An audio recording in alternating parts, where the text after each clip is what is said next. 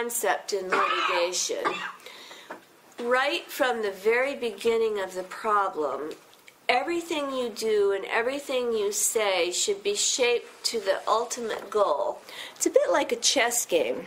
If you're a really good chess player, the moves you're making at the beginning of the game are directed towards the end goal. Now, not if you're like me and you're just sort of moving things around the board, but you don't want to do that in litigation.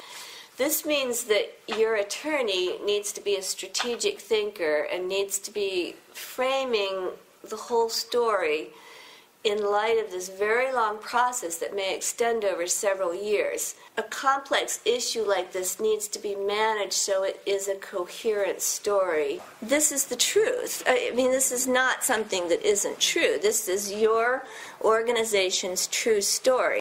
So you don't want people making kind of random statements to the media or internally that are not going to be consistent with the whole trial process and what gets said to the jury. You figure out, okay, what were you responsible for? What do you need to acknowledge? Where do you need to apologize? Where do you need to make reparations? Or did you not and you're completely innocent? And figure that out and shape the entire litigation so that what gets said in the press article on the first day is consistent with what your attorney is telling the jury if it ever goes to trial. And that's pretty high-level strategic stuff, and which is largely your attorney's responsibility. You're going to want to identify which employees hold the privilege, and any talking to the ones who don't has got to be carefully planned. The communications that are privileged need to be clearly identified and marked as they're created, and your attorney should help you with that.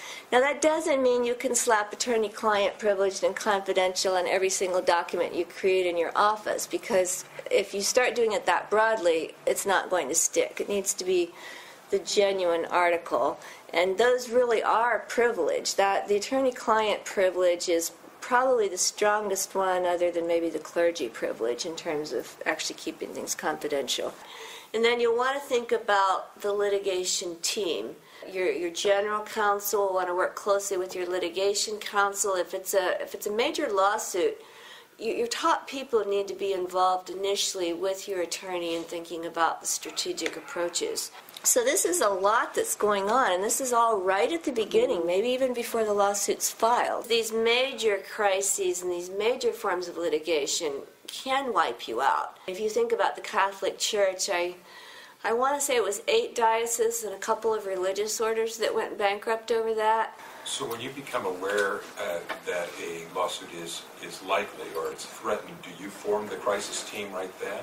Certainly you should be having some of these initial discussions with your attorney at that point. And you might want to assign certain people to work through certain issues. For instance, is this something that's going to break to the press? Well, if it is, your media experts need to be part of that team, and if you don't have them, you may want to hire someone.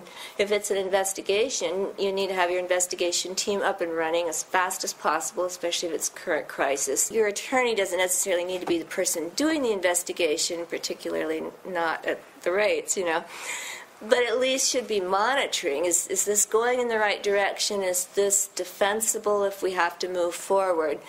Then if there's a lawsuit filed, and depending on the size, you may need to gear up with a full-blown litigation team.